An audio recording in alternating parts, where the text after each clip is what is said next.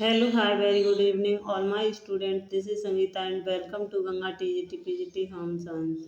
Ganga TGT PGT home science में आज आप सबका बहुत बहुत स्वागत है। तो आज हम पढ़ने वाले हैं वस्त्र विज्ञान। वस्त्र विज्ञान में भी हम तंतु के सामान्य गुण पढ़ने वाले हैं, जो हमारे यानी मंजू पाटनी की बुक में चैप्टर नंबर 3 में जो दिया हुआ है, तो उसमें हम देखते हैं प्राथमिक गुण, द्वितीयक गुण और रासायनिक गुण क्या हैं, उसके बारे में हम देखते हैं। तो पहले हम देखते हैं तंतु के सामान्य गुण। तो जनरल प्रॉपर्टीज ऑफ फाइबर, तो इसके गुण होते हैं 3 जो मुख्य होते हैं, वो प्राइमरी, प्राथमिक और द्वितीयक, ये दोनों एक में ही पूछे जाते हैं। जो मुख्य गुण हैं ये दोनों हैं, ये अदर है यानी रासायनिक गुण। तो हम पहले प्राइमरी गुण के बारे में पढ़ते हैं। प्राइमरी गुण में कौन कौन से यानी क्या क्या आता है, कौन कौन सी चीज़ें प्राइमरी गुण में आती हैं। तो प्राइमरी गुण में हम देखते हैं लंबाई को देखते हैं, प्राइमरी में गुण में तंतु मजबूती को देखते हैं, स्ट्रेंथ देखते हैं। और तीसरे नंबर पर हम प्राथमिक गुण में परस्पर जुड़ने की क्षमता देखते हैं, लोचनीयता देखते हैं, एकरूपता देखते हैं। ये सब हम प्राइमरी गुण में देखते हैं।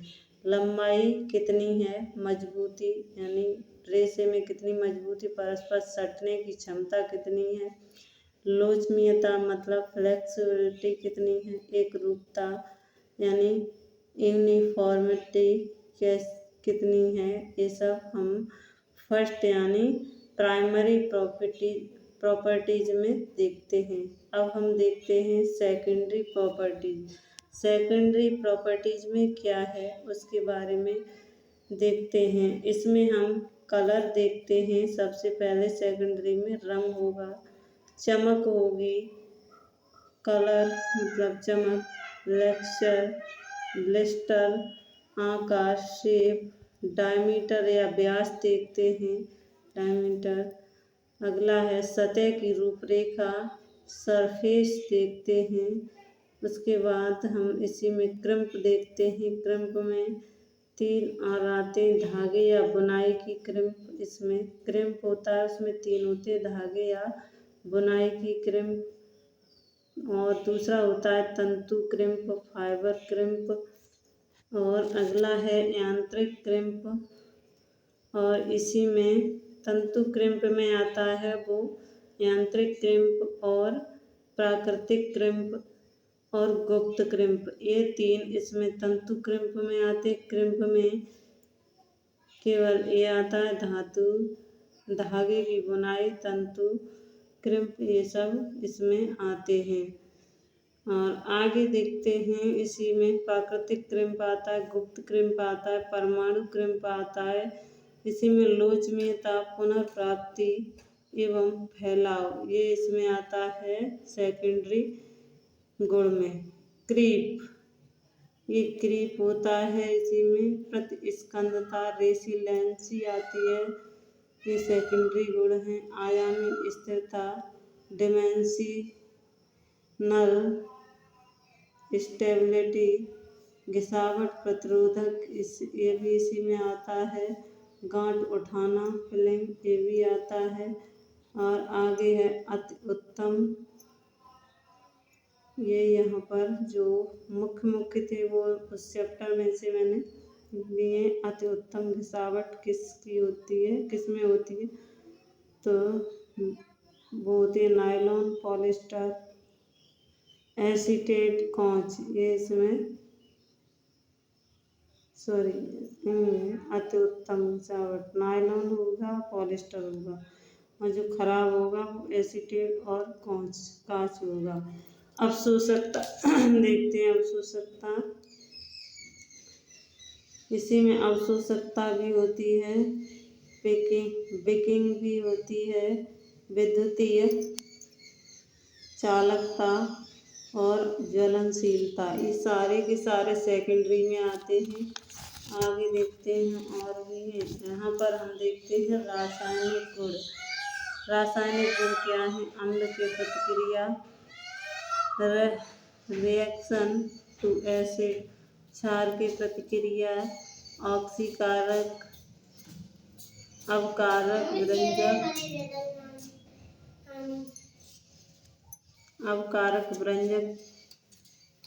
विरंजक देखते हैं। कार्बनिक घोलक का प्रभाव, ये डबल बार हो गया, एक बार काट देते हैं।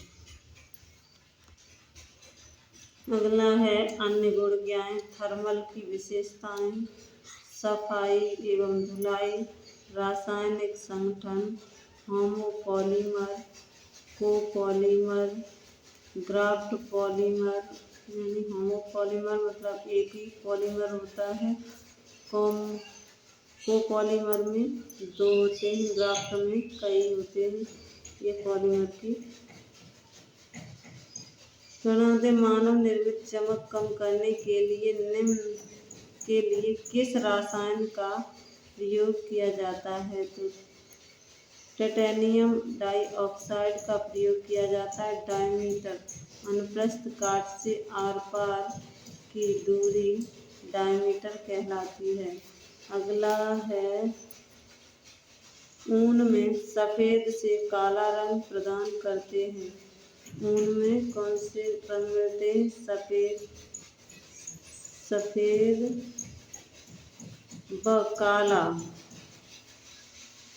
व काला रंग प्रदान करते हैं ऊन से। मानव निर्मित तंतु अधिकतर सफ़ेद व हल्के पीले होते हैं। एकरूपता, अनियमितता को सही करने के लिए इसका होना आवश्यक है। एकरूपता, अनुरूपता में लंबाई, चौड़ाई और गुणों में समान होना चाहिए। जिसे एक समान वस्त्र का निर्माण हो उसे ही हम एकरूपता कहते हैं। आगे कुछ और इसी चैप्टर में से लिखा है मैंने, उसमें चमक कम करना कृत्रिम तंतु के लिए कौन सा यानी व्यंजक होना चाहिए? Titanium oxide. ऐसा है तंतु और डायमीटर में कितना होगा? कौन सा तंतु डायमीटर में कितना होगा? तो कपास डायमीटर में होगा वो 16 से 20 माइक्रोन होगा। फ्लेक्स जो डायमीटर में होगा 12 से 16 माइक्रोन होगा। और ऊन जो होगा 7 से 50 माइक्रोन होगा। सिल्क होगा 11 से 12 माइक्रोन होगा।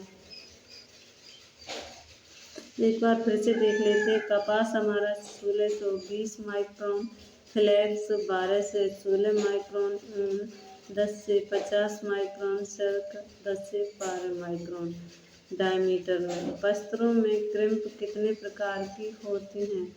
तो ये 3 प्रकार की होती हैं क्रिम्प। तंतु क्रिम्प, पहला परमाणु क्रिम्प, तंतु क्रिम्प, धागा बुनाई क्रिम्प। तो परमाणु क्रिम्प में क्या होता है? लोचनीयता परमाणु श्रृंखला होती है। तंतु क्रिम्प में धागे की बुनाई, ऐंठन, लंबाई में बुनाई, घुंघराले रूप में संदर्भित किया जाता है। अगला है जो धागा क्रिम्प है। धागे के आपस में गूंथने के परिणाम स्वरूप वस्त्रों में झुकाव एक धागा क्रिम्प कहलाता है। आगे हम देखने वाले प्राकृतिक क्रिम्प कपास तथा ऊन में पाई जाती है। कितना खिंचाव होता है? क्रिम्प पाई जाती है। यहाँ तंतु और खिंचाव प्रस्तुत में। तो कपास में कितना खिंचाव होता है?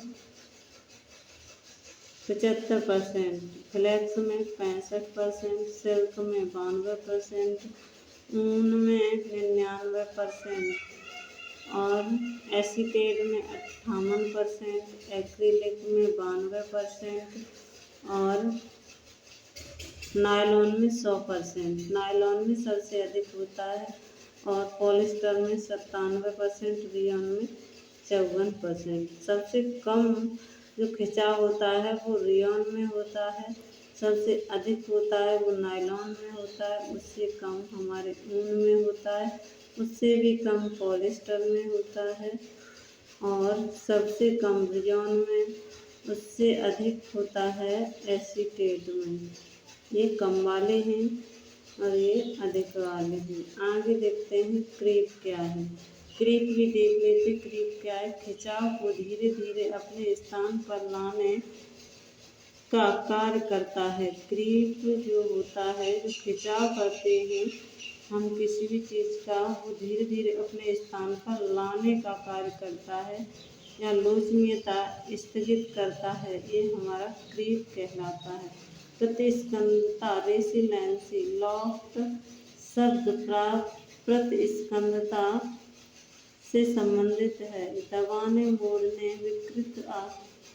विकृता आने के पश्चात अपने वास्तविक रूप में आ जाता है। क्रिम क्या है?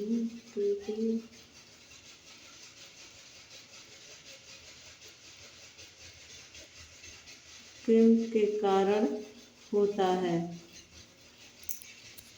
ये थोड़ा सा और है। देखिए, रेशम के लिए खनिज अम्ल हानिकारक होता है। रेशम ऊन की अपेक्षा क्षार से कम प्रभावित होता है। आयामी स्थिरता डिमेंशिनल स्टेबिलिटी, न खिंचे न सिकुड़े, तब इसे आयामी स्थिरता कहते हैं। ये न खिंचती है और न सिकुड़ती है, ये आयामी स्थिरता कहलाती है। घिसावट प्रतिरोधक अब्रेशन रेसिस्टेंस, घिसावट या रगड़ के प्रति अप्रभावित होता है। तो आज हम ये तीसरे चैप्टर का हमने क्या देखा, सॉरी यहाँ दूसरे चैप्टर का है, ये दूसरे चैप्टर का है। चैप्टर देख लेते हैं एक बार। देखिए, ये हमारी बुक है, मतलब ये मंजू पाटनी की। इसमें पहला चैप्टर नंबर दूसरा, तंतुओं का वर्गीकरण।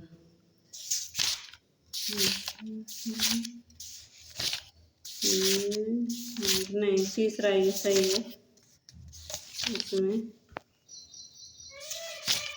तंतुओं का वर्गीकरण है ये सारा।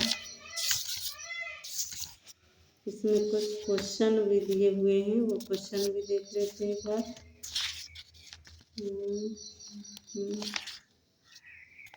देखिए, ये किसका है?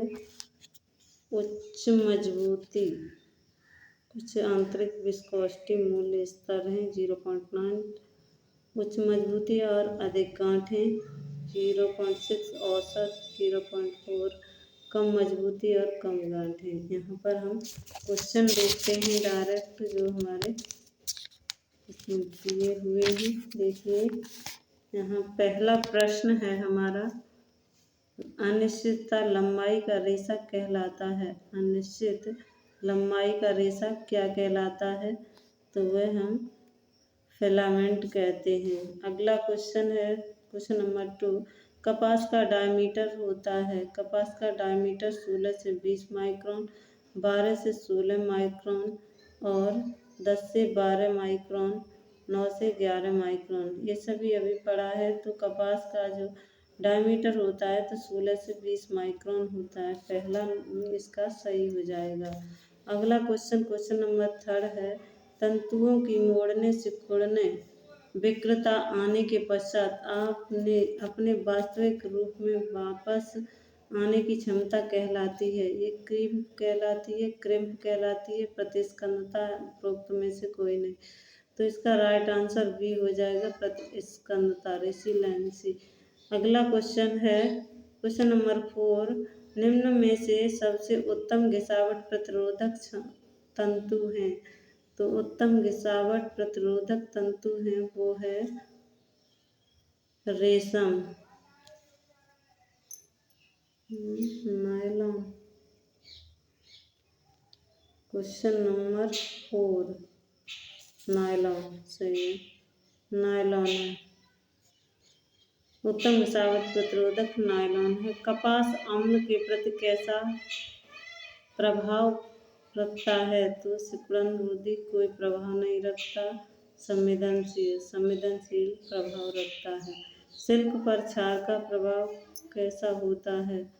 तो हानिकारक होता है। कपड़ों की सतह पर तंतुओं के अंतिम सिरों पर गोल गांठें उठने को क्या कहते हैं? तो वो पिलिंग कहलाती हैं। गोल गोल गांठें उठती हैं और उसे हम पिलिंग कहते हैं। इसे हम देहाती भाषा में रुआं उठ गए, रुआं बोलते हैं। उसे हम किताबी भाषा में पिलिंग कहते हैं। लोचनीयता में देरी को क्या कहते हैं? तो लोचनीयता में देरी क्रीप और क्रिम्प कहलाती है। लोचनीयता में देरी क्या कहलाती है? तो क्रिम्प कहलाती है। छोटे रेशों की लंबाई से 18 इंच होती है। से छोटे रेशों की लंबाई 3.4 इंच से 18 इंच, 3 से 4 इंच से 18 इंच होती है। अगला क्वेश्चन नंबर 10 मानव निर्मित तंतुओं में विद्युत चालकता किससे संबंधित है? जुड़ने से, क्षमता से, पिलिंग से, घर्षण से, आर्द्रता पुनः प्राप्ति से। तो आज हम अपने क्वेश्चन हमारे क्वेश्चन है वो समाप्त हो गए और यही हम अपने विराम देते हैं। तो क्लास को हम यहीं फिनिश करते हैं। Thank you so much.